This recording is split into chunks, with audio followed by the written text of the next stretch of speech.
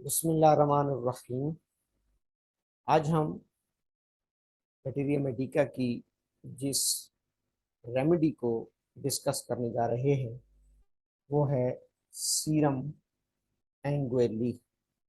Serum एंग्वेली हमारे homeopathic materia Medica में ई serum या एल सीरम के नाम से फेमस रेमेडी है, जो most probably kidney failure, chronic kidney diseases, chronic renal failure, acute renal failure में इस्तेमाल कराई जाती है। सीरम एंग्वेली या ईल सीरम, ये हमारी मेडिसिन, सबसे पहले इसका इंट्रोडक्शन क्या है। ये मेडिसिन एनिमल किंगडम से ताल्लुक रखती है। सोर्स इसकी एनिमल किंगडम, और एनिमल किंगडम के फाइलम कॉर्डेटा, कॉर्डेटा फाइलम से इस हमारी मेडिसिन का ताल्लुक है। कॉर्डेटा फाइलम में फैमिली है एंग्वेलेडी। एंग्वेलेडी, ये सारे लफ्ज इसलिए इसके साथ मैच करेंगे। ये जो लफ्ज सीरम एंग्वेली है, इसकी फैमिली का नाम है एंगुलेडी। इसका पूरा ज़ूलॉजिकल नेम अगर हम देखें, ज़ूलॉजी में इसको एंगुलर रोस्ट्रेटा भी कहते हैं। ये एक फिश है, एक मछली है जो ईल फिश के नाम से जानी जाती है। ईल फिश, उसके बेसिकली जो उसका सीरम है, ब्लड और ब्लड में सीरम, उसका जो ब्लड सीरम है उस फिश का, उस मछली का, उसको बतौर सोर्स यूज किया जाता है आज की इस रेमेडी को प्रिपेयर करने के लिए, तैयार करने के लिए, जिसका नाम है सीरम एंग्वेली, eel serum, animal kingdom, Chordata phylum, Anguillidae family, eel fish के ब्लड सीरम को। इस फिश के ब्लड सीरम में जो मेन अहम तरीन केमिकल टॉक्सिन होता है, दैट इज कॉल्ड इकथायोटॉक्सिन, ICTHYOTOXIN, इकथियोटॉक्सिन। ये मेडिसिन यूरोलॉजी में किडनी में इस्तेमाल कराई जाती है डॉक्टर साहबान, और किडनी में भी ऐसी सूरत हाल में जहां पर, क्योंकि हमें पता है कि किडनी हमारी क्या करती है, किडनी हमारी हमारे ब्लड के होम्योस्टेसिस को बरकरार रखती है। होम्योस्टेसिस को, होम्योस्टेसिस का मतलब यह है कि ब्लड के अंदर इलेक्ट्रोलाइट्स बैलेंस, साल्ट का बैलेंस, पीएच रेगुलेशन और वाटर बैलेंस, ये तमाम चीज़ें किडनी की जिम्मेदारी होती है कि वो इसको मेंटेन करे। यानी कोई चीज़ अगर ब्लड में एक्सेस हो रही है तो उसको वो एक्सक्रीट कर दे, और अगर लो हो रही है तो वो उसकी एक्सक्रीशन को रोक देती है। इसी तरीके से जैसे कि हम जानते हैं कि हमारी बॉडी अपने फंक्शंस के लिए, हमारी बॉडी के तमाम सेल्स अपने फंक्शंस के लिए न्यूट्रिएंट्स और ऑक्सीजन को इस्तेमाल करके एटीपी एनर्जी तैयार कर रहे होते हैं। ईच एंड एवरी सेल अपने मुतलका फंक्शन को परफॉर्म करने के लिए न्यूट्रिएंट और ऑक्सीजन का केमिकल प्रोसेस कराकर उसमें से एनर्जी को एक्सट्रैक्ट कर रहा होता है। इस प्रोसेस में यहाँ पर बहुत सारे वेस्ट बनते हैं। Waste, urea, uric acid, creatinine, most famous creatinine, urea, uric acid. यहाँ हमारा हर सेल जहाँ न्यूट्रिएंट्स और ऑक्सीजन को इस्तेमाल करके अपने लिए यूजफुल एनर्जी बनाता है, वहाँ पर वो वेस्ट भी बना रहा होता है। ज़रूरी है कि ये वेस्ट हमारे किडनी से एक्सक्रीट करें, क्योंकि ये टॉक्सिक होते हैं, वेस्ट प्रोडक्ट होता है, तो इनका बॉडी से एक्सक्रीट कराना ज़रूरी होता है।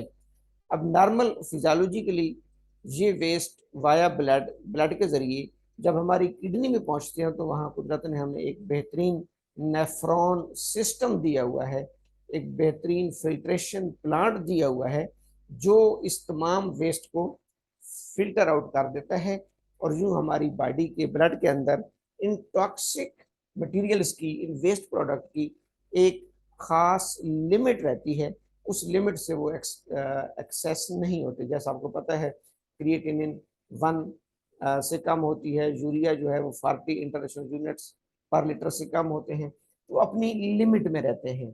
अच्छा, आज की जो मेडिसिन सीरम एंगवेली या एल सीरम, इसका इसका सीरम के अंदर जो अभी हमने डिस्कस किया था कि इसका जो इक्थियोटॉक्सिन है, इक्थियोटॉक्सिन वो इतना टॉक्सिक है ह्यूमन के लिए और दूसरे मैमल्स के लिए भी। ह्यूमन के लिए इतना टॉक्सिक है कि अगर उसको ह्यूमन में इंजेक्ट किया जाए तो वो ह्यूमन के किडनीज को, दोनों गुर्दों को फिल फॉर फेलियर में लेके चला जाता है। दोनों किडनीज को फेल कर देगा, उसकी फिजियोलॉजिकल प्रोसेस को डिस्टर्ब कर देगा, रोक देगा, जिसको आमतौर पर मेडिकल साइंस में हम ARF भी कहते हैं, acute renal failure, acute renal failure. तो आज की ये मेडिसिन डॉक्टर साहबान दो किस्म की पैथोलॉजीज के लिए बहुत ज्यादा यूज की जाती है, एक अक्यूट रीनल फेलियर और दूसरा सब अक्यूट रीनल फेलियर। एक अक्यूट रीनल फेलियर और दूसरा सब अक्यूट, अक्यूट एंड सब अक्यूट, अक्यूट और सब अक्यूट रीनल फेलियर के लिए ये मेडिसिन यूज की जाएगी। दूसरी इसकी जो अहम बात है याद रखने वाली वो ये है कि हमारे बॉडी में जो ब्लड प्रेशर है या जो ब्लड सर्कुलेशन है, उसको एक एंगल से हार्ट कंट्रोल मेंटेन कर रहा होता है, हार्ट दूसरे एंगल से उसको किडनी मेंटेन कर रही होती है।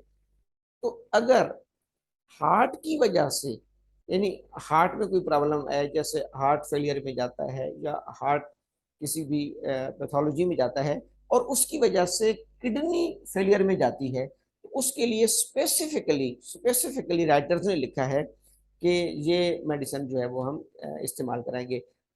जैसे मैंने कहा कि it's primary function is homeostasis, maintenance of electrolyte balance, it maintains the blood pressure, calcium level, water etcetera.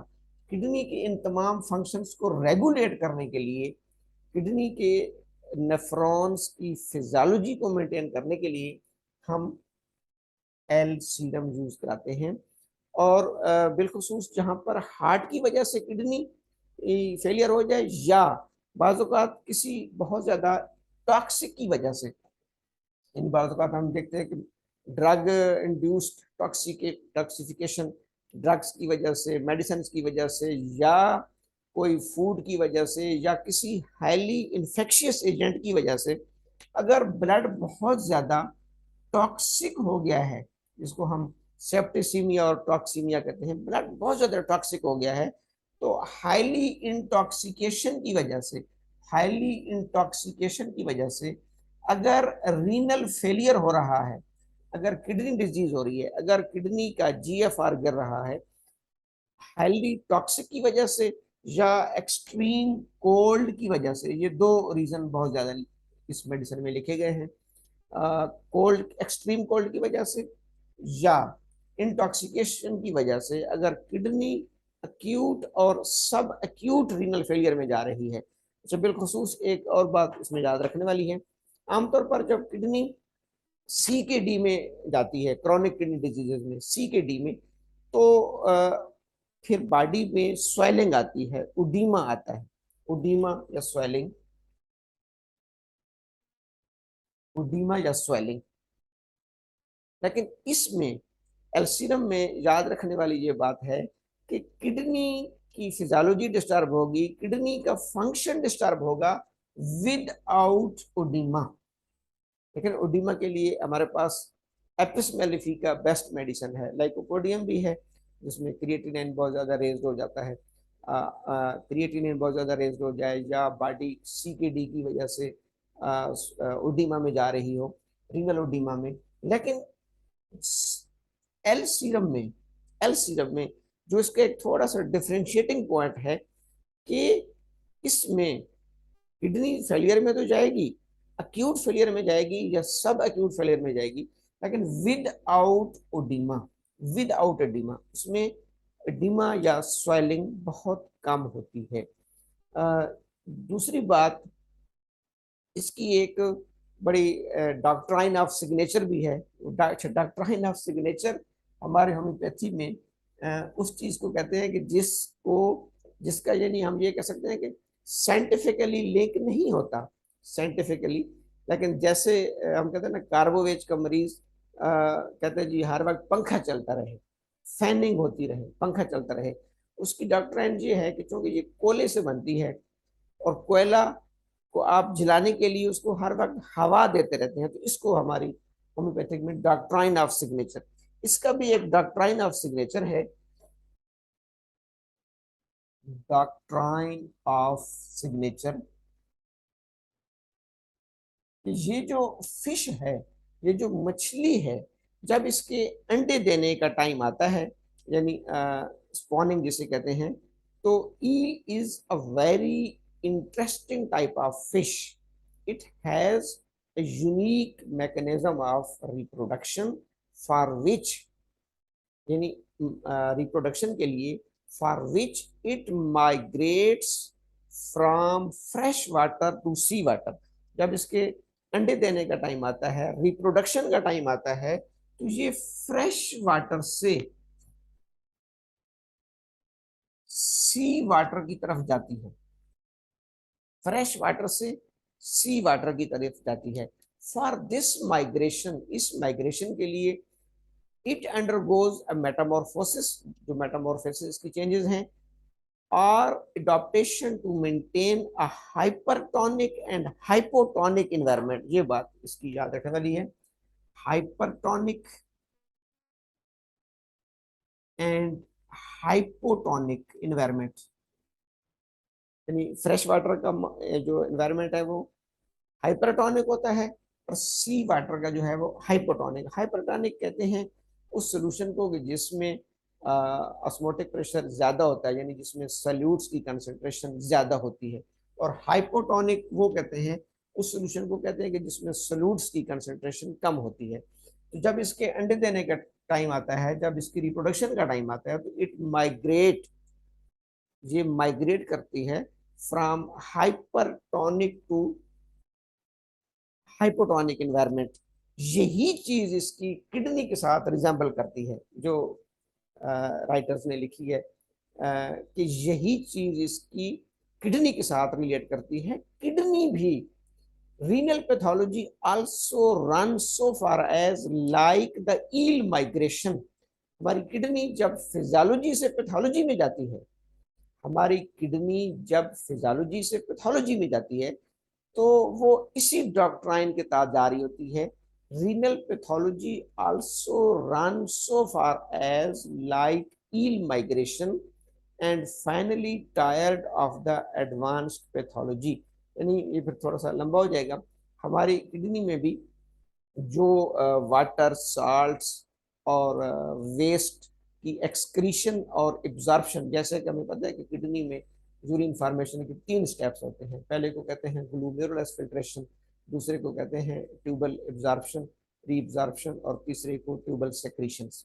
तो ये तीनों प्रोसेस इसी रूल के तहत हो रहे होते हैं, हाइपरटोनिक हाइपोटोनिक सॉल्यूशंस के तहत, कि कितनी किस चीज को एब्जॉर्ब करना है और कितना किस चीज को एक्सक्रीट कराना है। तो यहाँ पर राइटर का लिखने का मकसद ये है कि वो ये कह रहा है कि चूंकि इस फिश की भी एक ये डॉक्ट्राइन है कि ये at the time of reproduction migrate करती है from fresh water to sea water, और अपने इन्वायरमेंट को मेंटेन रखने के लिए, ताकि हाइपरटोनिक टू हाइपोटोनिक इन्वायरमेंट, तो यही चीज किडनी के साथ भी इसकी रिलेट कर रही है। एनी हो कुछ इसकी इम्पॉर्टेंट जो है वो माइंड सिम्टम्स भी हैं, माइंड सिम्टम्स भी थोड़ी सी। माइंड सिम्टम में इसकी एक अहम सिम्टम ये है, पोस्टपोनिंग, पोस्टपोनिंग,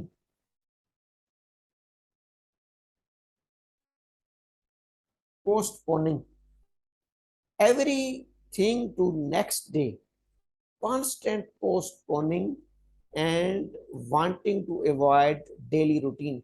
इसका पेशेंट हर काम को कल के लिए मुलतवी कर देगा, पोस्टपोन कर देगा। ये काम मैं कल करूंगा।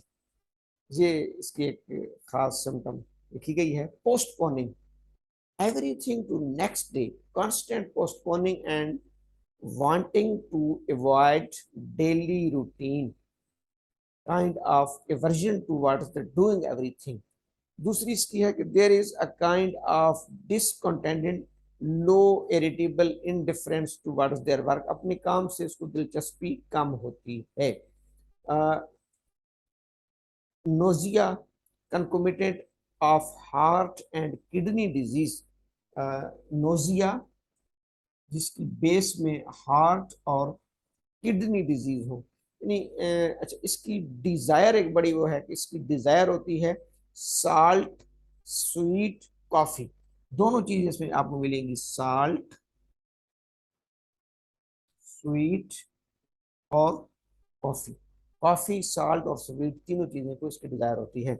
जब भी किडनी पेशेंट में अक्यूट और सब अक्यूट में, मैं इसको फिर समराइज कर रहा हूँ, अक्यूट और सब अक्यूट किडनी पेशेंट में अगर साथ हार्ट की प्रॉब्लम भी आ रही हो या हार्ट की वजह से, जैसे देखें ना, जिन लोगों का ब्लड प्रेशर मुसलसल हाई रहता है उनकी किडनी फेल होना शुरू हो जाते हैं।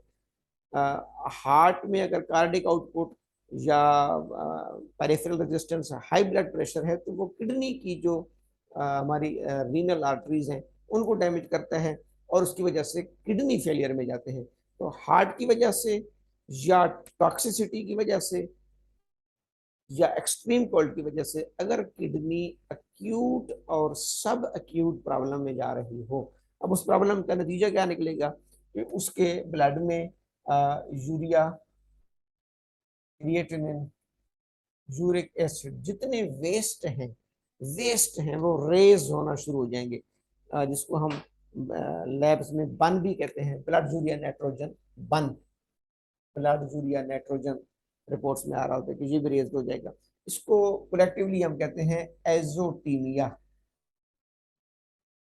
एजोटीमिया यानी यूरिया और क्रिएटिनाइंस और बाकी वेस्ट का ब्लड के अंदर रेज्ड हो जाना, एजोटीमिया। तो अगर ये सारी कंडीशंस हमें मिल जाएं तो इस कंडीशन में हम इस मेडिसिन को इस्तेमाल करा सकते हैं।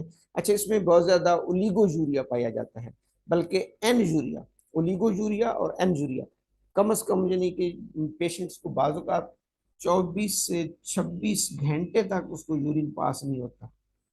24 to 26 फिर कैच कर लगाना पड़ता है, 24 to 26 आवर्स तक यूरिन एन यूरिया में चला जाता है पेशेंट। इसमें हेमाचूरिया भी हो सकता है, क्योंकि ज़ाहिर है इसका जो मैंने जैसे बताया कि जो इस फिश का सीरम है दैट इज हीमोटॉक्सिक। हीमोटॉक्सिक वो टॉक्सिक होता है जो हमारे ब्लड को हिट करता है, हीमोटॉक्सिक।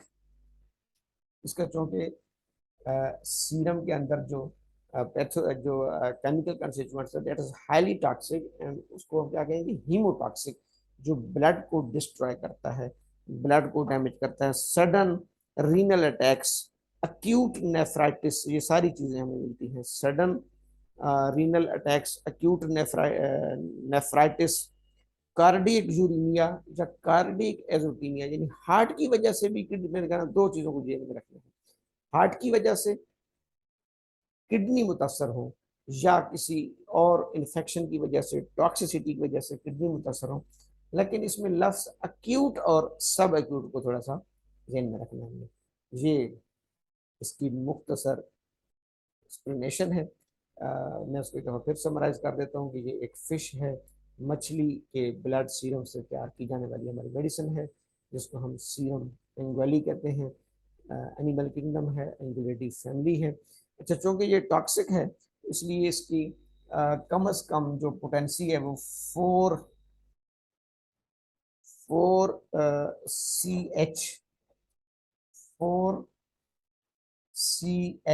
या 6x, 4C से मुराद 8x भी होता है, 4CH या 6x से हम अबव जाएंगे और किडनी में खासतौर पर, हार्ट के लिए ये भी ठीक है, किडनी में हम इसको होम्योपैथिक डोज में यूज कराते हैं, 30 या 200 CH होम्योपैथिक डोज में हम इसको यूज कराएंगे किडनी की कोई भी पैथोलॉजी के लिए।